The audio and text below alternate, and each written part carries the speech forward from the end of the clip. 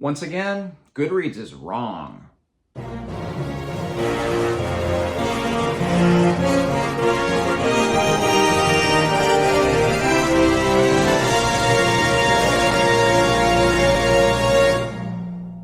everyone, last month I put out my best books ever video, kind of. It was best books ever according to Goodreads. And I asked you in that video if you wanted to see what Goodreads thinks is the worst books that I've ever read in my lifetime. So here they are. So here's my top 10 for that, based on lowest rating. Now I had to institute minimum ratings again because I have a couple music textbooks that are rated pretty low that, I was some of the only people that rated them. So those are there. Additionally, I thought this would be a little fun. I wanted to go back and see what my review was. So I've actually typed these up and I've seen that some of these I totally agree. These are not good books. And some of these, I really disagree. There are two in here that I really liked. So it'll be interesting as I go through this list if you've read any of these, if you agree with me or not. So for each of these books, I'm going to give you kind of what it's about, but I'll give you the star rating that I gave as well as what the Goodreads average is. And then I'll read my original review. Most of these reviews are very short. When I first started my Goodreads profile, what I wanted to do was kind of as a little writing exercise was to write all of my reviews in 3 sentences or less. So it was a kind of easy way to just write some short reviews, and most of these are of that kind because a lot of these are older. Additionally, I don't have any of these books to show you because I only keep books I love. So even the two that I really liked, either I read them on the Kindle or I didn't love them enough to keep them. But anyway, here we go. Number 10 is a book called Day 4 by Sarah Lotz. And this has a 3.29 rating on Goodreads, and I gave it 1 star. So I kind of agree this being in my bottom 10. My review said, disappointed in this one. Great premise and probably would have been a great book had Stephen King written it instead of Sarah Lotz. Ouch.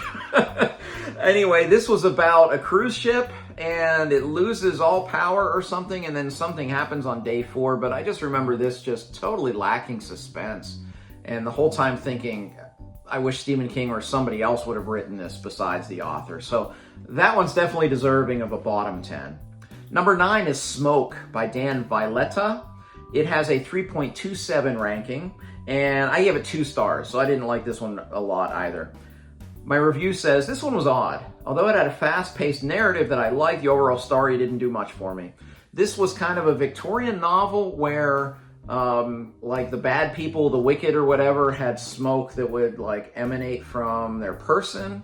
And I just remember thinking, okay, that's a good idea, and it not being much of a story that I enjoyed.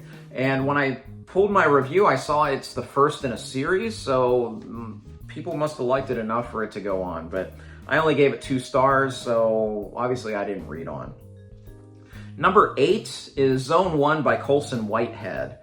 This has a Goodreads ranking of 3.26, and I gave it 3 stars. And my review says, rather dull tale of a zombie apocalypse. I kept waiting for something to happen, and it didn't until around 50 pages from the end. He's a good writer, but this was a yawner. I don't really remember much of this book. And I guess it being a zombie tale, and I don't remember it, I kind of think that my 3-star rating might have been a little high if that's the case.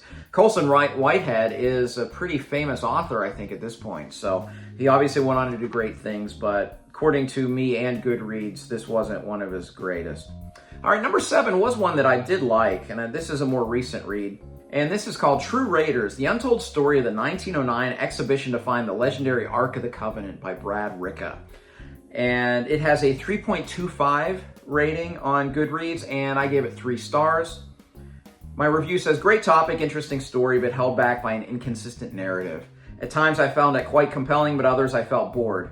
Listen to the audiobook, which had a great narrator. And I do remember this one just kind of zoning out at times because it was kind of dull. If you're going to channel Raiders of the Lost Ark in your title, you need to write an exciting book, and I don't think that was the case with this one. But I gave it 3 stars, which meant I liked it, so it wasn't horrible. Now, the 6th one, number 6 on this list, this is one that I liked. I gave this one 4 stars. This was Blood Will Out, the true story of murder, a mystery, and a masquerade by Walter Kern. Goodreads gave it a 3.23. I gave it a 4. And this review says, interesting tale of a writer who befriends a Rockefeller, only to find out the man's a con artist and a murderer. And it's a true story. And that's what I found so intriguing, is that Walter Kern, this is a memoir, and he's telling this story about how he befriends someone who says they're a Rockefeller and they're not, and there's murder wrapped up in it. I gave it 4 stars. Obviously, Goodreads disagrees. If you've read it, let me know what you think of it. Okay, number 5 is the one that I disagree with most, and that is The Dinner by Herman Koch. I don't know, it's Koch or Koch or Koch. I don't know how to pronounce that name. K-O-C-H, he's German. You tell me. Goodreads has this as a 3.22, and I gave it 5 stars. So here's my review. Highly entertaining but increasingly disturbing book told by a narrator that increasingly becomes more unreliable as the tale unfolds. It went down really quickly. I do remember this being a quick read, and I remember more than anything, I mean, the unreliable narrator as the story goes along, but the way this was told, it was very interesting because each chapter was kind of like the section of a dinner. You know, it was like the dinner drinks, the aperitifs, and then the appetizers, and then first course, second course. And I thought it was just cleverly done. And as you got into it more, you knew what was going on. But I stand by my 5-star rating. So Goodreads, you're wrong. It's not 3.22. All right, number 4 is The Andalusian Friend by Alexander Soderbergh. This I gave 2 stars, and the Goodreads ranking is 3.21. And my review, just one sentence here, is a rather forgettable thriller. I was right, because I don't remember a thing about The Andalusian Friend. So my low rating and the low rating on Goodreads is probably true, as is my review about it being pretty forgettable, because I don't remember it. All right, down to my top 3. Oh, number 3, I remember this one very clearly. This is a work of nonfiction called The Profiler. My Life Hunting Serial Killers and Psychopaths by Pat Brown. Goodreads rates it at a 3.07. I gave it 1 star. My review. Don't bother with this one. She doesn't catch a single killer in the whole thing because either the authorities wouldn't do anything, or perhaps her personality is such that everyone thinks she's crazy. A frustrating read. That's what I remember most. I remember thinking that she was the psychopath, and it was obvious that the cops didn't want to work with this crazy woman. That's what I got through the subtext of this book, and I stand by that 1-star rating. It was just frustrating. When you read a book that talks about someone who's been hunting serial killers and psychopaths their entire life, and they've never caught one, how did a publisher say, yeah, I want to publish this book from someone who's never done anything? Anyway, 1 star for sure. Bottom 3 in my lifetime? Perhaps. All right, number 2. This is The Children's Home by Charles Lambert. We're below 3 stars as a rating for Goodreads now. It's now down to 2.93. I gave it 2 stars. Given its accolades, there must be some deeper meaning to this story, but whatever it was, I didn't discover it. This is one of those frustrating reads where all the critics tell you that this is a great book, and then you read it and you just ask yourself, why? How? Because I didn't understand how it was getting all these accolades, and I gave it 2 stars, and obviously most of Goodreads agree with me, because 293 is pretty low on Goodreads, but not as low as my number 1, which has my favorite review, maybe of all time.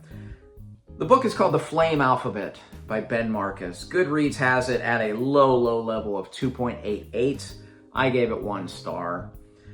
My review, I gotta say I love this review. I've read a lot of good books this year. This was not one of them. So kind of harsh, but yeah, I didn't like that one at all. It had a great premise where I think children's words were proving lethal in some way, and it had this grand idea, and then it was just executed just so poorly.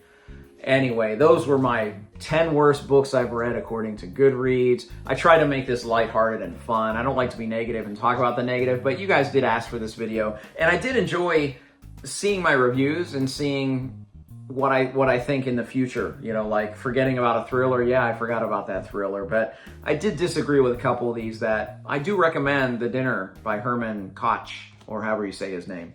But anyway, if you like this video, please like and subscribe. You can find me on Twitter and Goodreads. I'd love to interact with you there. As always, thank you for watching. Until next time, goodbye.